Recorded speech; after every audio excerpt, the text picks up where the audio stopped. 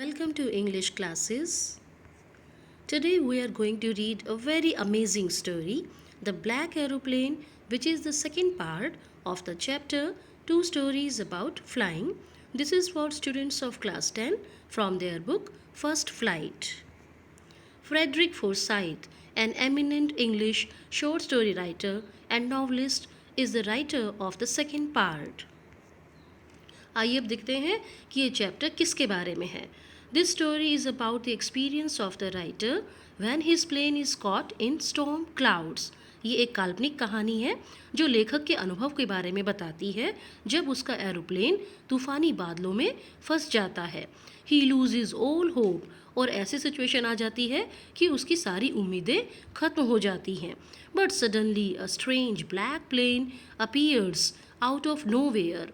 लेकिन अचानक से एक अजीब सा काले रंग का एरोप्लेन दिखाई देता है.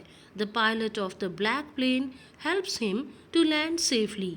ब्लैक एरोप्लेन का पायलट राइटर की मदद करता है और उसका प्लेन सेफली लैंड कर जाता है. The air traffic control gives him an information about the black aeroplane which shocks him. अब एयर ट्रैफिक कंट्रोल रूम से राइटर को ब्लैक एरोप्लेन के बारे में एक ऐसी सूचना दी जाती है जिसे सुनकर वो हैरान रह जाता है. What shocking news does he get about the pilot of the black aeroplane. आखिर ब्लैक एरोप्लेन के पायलट के बारे में उसे कौन सी शॉकिंग न्यूज़ मिलती है. आइए इस लेसन का टेक्स्ट पढ़ते हैं और जानते हैं. The moon was coming up in the east behind me and stars were shining in the clear sky above me. अब राइटर बताता है जब वो अपना एरोप्लेन उड़ा रहा था तो क्या सिचुएशन थी. मेरे पीछे पूर्व दिशा में चांद निकल रहा था. स्काई बिल्कुल क्लियर दिखाई दे रहा था और उसमें स्टार्स चमक रहे थे. There wasn't a cloud in the sky. आसमान में एक भी बादल नहीं था. I was happy to be alone high up above the sleeping country side.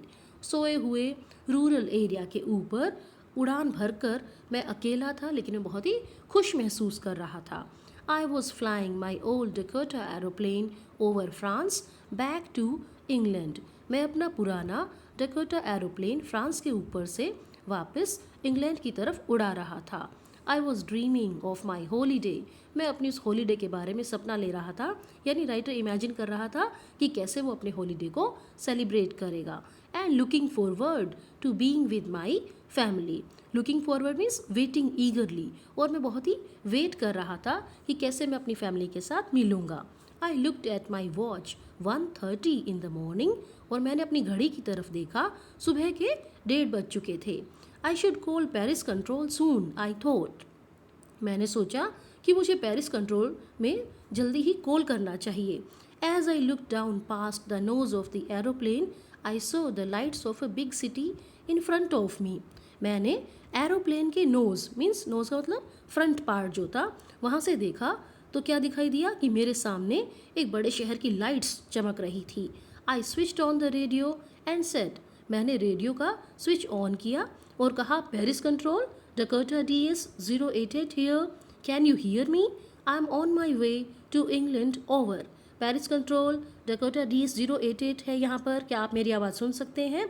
मैं इंग्लैंड की तरफ अपने रास्ते में जा रहा हूँ. The voice from the radio answered me immediately. DS 088, I can hear you. You ought to turn 12 degrees west now. DS 088 over. और तभी रेडियो से यानी कि पेरिस कंट्रोल रूम से रेडियो से आवाज़ आई, यस DS 088, हम आपको सुन सकते हैं और आपको अब जो है 12 डिग्री वेस्ट डायरेक्शन में अपना एरोप्लेन मोड़ लेना चाहिए. Over. I check the map and the compass, switched over to my second and last fuel tank and turned the Dakota 12 degrees west towards England. मैंने मैप को चेक किया और अपना कंपस भी देखा और मैंने अपने दूसरे और आखिर जो है फ्यूल टैंक था उसको स्विच ऑन कर दिया. And turn the Dakota 12 degrees west, और मैंने इंग्लैंड की तरफ अपने डकोटा को 12 डिग्री वेस्ट की तरफ मोड़ दिया. I will be in time for breakfast I thought. मैंने सोचा कि मैं नाश्ते के समय पहुंच जाऊंगा. A good big English breakfast. Everything was going well. It was an easy flight. और वो जो है इमेजिन करता है कि कैसे मैं बढ़िया सा इंग्लिश ब्रेकफास्ट करूँगा. सब कुछ बढ़िया चल रहा था. बहुत ही आसान कंफर्टेबल फ्लाइट थी. Paris was about 150 kilometers behind me when I saw the clouds. और पेरिस 150 किलोमीटर मेरे पीछे रह गया था जब मैंने बादलों को देखा. कौन से बादल? स्टॉर्म क्लाउड्स, तूफानी बादल. दे वर ह्यूज, वे बहुत ही बड़े थे. They looked like black mountains standing in front of me across the sky. और वे आसमान में काले पहाड़ों की तरह दिखाई दे रहे थे. I knew I could not fly up and over them. मुझे पता था कि मैं उनके ऊपर से एरोप्लेन नहीं ले जा सकता. And I did not have enough fuel to fly around them to the north और साउथ. ना ही मेरे एरोप्लेन में इतना ईंधन था कि मैं नॉर्थ या साउथ डायरेक्शन की तरफ से उसको उड़ा ले जाऊं. I ought to go back to Paris, I thought, but I wanted to get home. मुझे पेरिस वापस चले जाना चाहिए मैंने सोचा, लेकिन मैं घर भी जाना चाहता था. I wanted that breakfast. मुझे वो नाश्ता चाहिए था. I will take the risk, I thought, and flew that old Dakota straight into the storm. मैंने सोचा कि मैं रिस्क लूँगा, मैं ये खतरा उठाऊंगा, और मैंने अपने पुराने डकोटा एरोप्लेन को सीधे तूफान के बीच में ले गया. मैं inside the clouds everything was suddenly black. और बादलों के बीच में जाकर मैंने क्या महसूस किया कि हर चीज़ अचानक से काली हो गई थी. It was impossible to see anything outside the aeroplane. Aeroplane के बाहर कुछ भी दिखाई देना तो असंभव लग रहा था. इट मीन्स उसे कुछ भी नहीं दिखाई दे रहा था. The old aeroplane jumped and twisted in the air. पुराना एरोप्लेन हवा में उछल रहा था, इधर उधर मुड़ रहा था. I looked at the compass. मैंने कंपस की तरफ देखा. I couldn't believe my eyes. और मैं अपनी आंखों पर यकीन नहीं कर पाया. क्यों? The compass was turning round and round and round. It means compass खराब हो गया था, ये गोल गोल घूमे जा रहा था. इट वॉज डेड, ये काम नहीं कर रहा था. इट वुड नॉट वर्क, तो ये इसने काम करना बंद कर दिया था. The other instruments were suddenly dead too. I tried the radio. बाकी जो भी इंस्ट्रूमेंट्स थे एरोप्लेन में वो सब काम करना बंद कर गए थे. मैंने रेडियो ट्राई किया. Paris control, can you hear me? Paris control, क्या आप मेरी आवाज़ सुन सकते हैं? देयर वॉज नो आंसर, कोई आंसर नहीं आया. The radio was dead too. I had no radio, no compass, and I could not see where I was. तो कोई भी उत्तर नहीं मिल रहा था. रेडियो की तरफ से भी कोई आवाज़ नहीं आई, ना ही मेरे पास रेडियो था, ना कंपस था, और मुझे ये भी नहीं पता चल रहा था कि मैं कहाँ पर हूँ. I was lost in the storm. मैं तूफान में फंस गया था. Then in the black clouds quite near me I saw another aeroplane. और तभी अचानक से क्या हुआ कि मैंने अपने बिल्कुल पास काले बादल देखे, और उसमें मुझे क्या दिखाई दिया? एक दूसरा aeroplane. It had no lights on its wings. और इसके पंखों पर कोई भी लाइट भी नहीं लगी हुई थी. But I could see it flying next to me through the storm. लेकिन मेरे को ये दिखाई दे रहा था कि तूफान के बीच में से ही एक एरोप्लेन बिल्कुल मेरे साइड में उड़ रहा था. आई could see the pilots face turn towards me. मैं ये भी देख सकता था कि पायलट का फेस मेरी तरफ मुड़ा हुआ था. I was very glad to see another person. और मुझे बड़ी खुशी हुई कि ऐसे तूफान के बीच में कोई दूसरा व्यक्ति भी है. ही lifted one hand and waived. उसने एक हाथ उठाया और हिलाया. वेव मीन्स हिलाना. Follow me, he was saying follow me. और वो कह रहा था कि मेरे पीछे पीछे चलो. He knows that I am lost, I thought. He is trying to help me.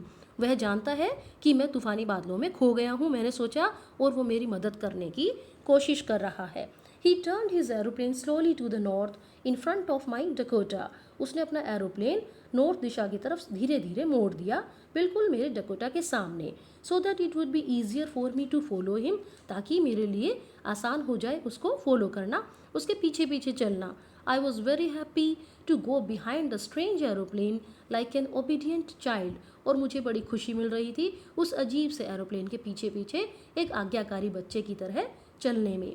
After half an hour the strange black aeroplane was still there in front of me in the clouds. आधे घंटे तक वो अजीब सा black aeroplane बादलों के बीच में मेरे सामने ही था. इट मीन्स वो बिल्कुल गाइड करता जा रहा था राइटर के एरोप्लेन को. Now there was only enough fuel in the old Dakota's last tank to fly for 5 or 10 minutes more. लेकिन अब एक और दिक्कत आ गई थी कि पुराने डकोटा के आखिरी टैंक में भी 5 या 10 मिनट तक और जो है एरोप्लेन को चलाने के लिए फ्यूल बचा हुआ था. I was starting to feel frightened again, और मुझे दोबारा डर लगना शुरू हो गया था. But then he started to go down and I followed through the storm. लेकिन तभी अचानक से ब्लैक एरोप्लेन के पायलट ने नीचे की तरफ जाना शुरू कर दिया और मैं इस तूफान के बीच में से भी उसको फॉलो करता रहा. Suddenly I came out of the clouds and so 2 long straight lines of light in front of मी. अचानक से मैंने देखा कि मैं बादलों से बाहर आ गया था और मुझे मेरे सामने 2 लंबी सीधी जो है रोशनी की लाइन दिखाई दे रही थी. और ये और क्या कुछ नहीं था बल्कि इट वॉज अ रनवे, ये एक हवाई पट्टी थी.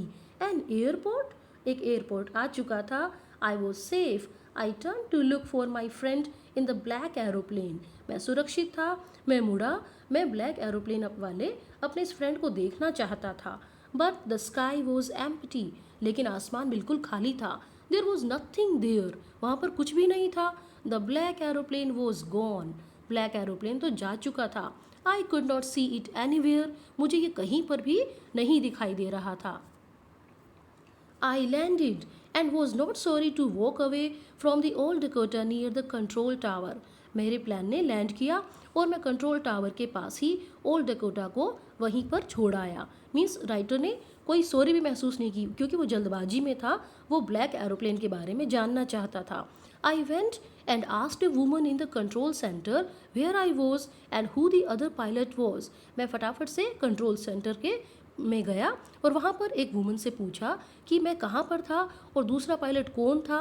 आई wanted to say thank you, क्योंकि मैं उसे धन्यवाद देना चाहता था. She looked at me very strangely and then laughed. उसने मेरी तरफ बड़े अजीब से रूप में देखा और वो हंसने लगी. Another aeroplane up there in this storm, दूसरा एरोप्लेन ऊपर तूफान के बीच में. No other aeroplanes were flying tonight, आज रात तो कोई दूसरा एरोप्लेन उड़ ही नहीं रहा था. Yours was the only one I could C on the radar, radar पर केवल जो है आपका ही एरोप्लेन था जो दिखाई दे सकता था.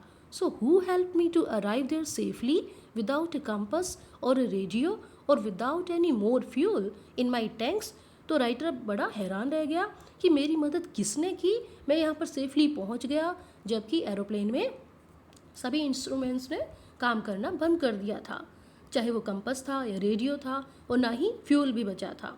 Who was the pilot on the strange black aeroplane, black aeroplane जो इतना अजीब सा दिखाई दे रहा था उसका पायलट कौन था. Flying in the storm without lights, जो तूफान में उड़ रहा था और जिस पर लाइट भी नहीं लगी हुई थी. Now let's have a look at the summary of the chapter. The Black Aeroplane is an amazing story written by Frederick Forsyth.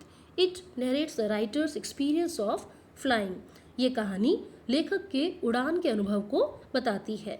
Once he was flying his old Dakota aeroplane over France. एक बार वह France के ऊपर अपने पुराने Dakota aeroplane को उड़ा रहा था. Suddenly he saw huge mountains of clouds. तभी अचानक से उसने जो है बादलों के बड़े बड़े पहाड़ देखे. And his aeroplane was caught in dark storm clouds, और जो है उसका एरोप्लेन तूफानी बादलों के बीच में फंस गया.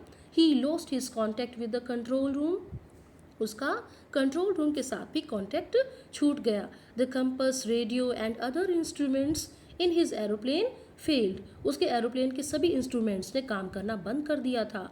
He lost all hope but suddenly he so a black aeroplane quite near him, उसने अचानक से एक ब्लैक एरोप्लेन देखा जो उसके एरोप्लेन के पास ही था. The pilot of the strange black plane asked the writer to follow him, black plane के पायलट ने राइटर को इशारा किया कि वो उसके पीछे पीछे चले. He was able to land safely by following the black plane, और ब्लैक प्लेन को फॉलो करते करते वो सेफली लैंड भी कर गया. After his safe landing he wanted to thank the pilot, और इस सेफ लैंडिंग के बाद राइटर पायलट को थैंक यू कहना चाहता था. But he was shock to hear that no other plane was detected by the radar during that night. लेकिन वो हैरान रह गया जब उसे ये पता चला उस रात रडार ने किसी दूसरे प्लेन को डिटेक्ट नहीं किया. इसका मतलब ये पाया गया कि आसमान में कोई दूसरा एरोप्लेन उड़ ही नहीं रहा था.